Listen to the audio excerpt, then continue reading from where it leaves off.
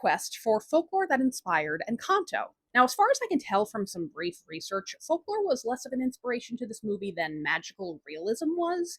Magical realism is a genre of literature made famous by Latinx writers, especially Gabriel Garcia Marquez. However, there are folk tales that remind me of the family Madrigals, and today I'll share The Mysterious Lake.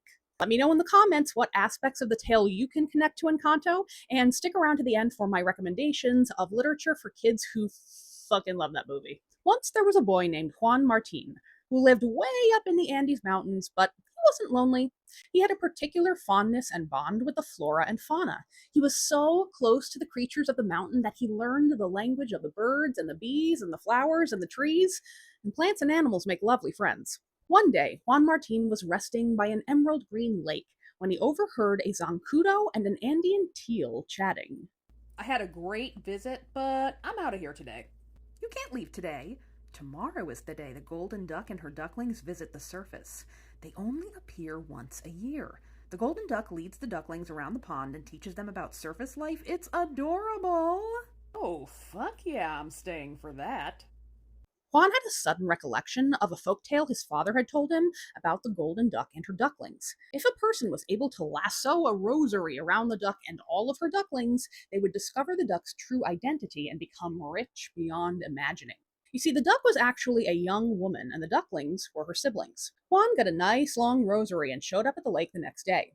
He was able to surround the duck and 6 of her ducklings within the loop of the rosary, but he missed one, and so the birds disappeared back under the lake. But Juan was young and he could be patient. He showed up again the following year, and this time he caught all of them. His eyes widened as a storm overtook the lake and the ducks transformed. The adult duck became a gorgeous, stately young woman, and the ducklings turned into small children who huddled around her in fear. "How dare you?" the woman cried once the stormy waters had calmed. "You have ruined me and my siblings." The woman was named Kira, and she was indigenous of the Chibchan-speaking people. I am so sorry if I pronounced that wrong. She went on. "This lake protects me and my siblings. We have been safe here for many years, but now we can never go back because of your selfish actions." "But how can you live underwater?" Juan asked. "This lake used to be the land of my people," Kira explained. "We had an impressive temple here where we would worship. But when our livelihood was threatened by the Spanish colonists, my father created the lake to protect us." Juan felt terrible. "I am so sorry I did this," he said sincerely. "I wish there was a way I could reverse it." Kira smiled. "Well, there is, if you really mean it." She told him that she and her siblings could return to the lake if Juan agreed to sacrifice his life above the surface to live with them. "We live in a beautiful city of gold and emerald. We have everything you could ever want there," Kira said.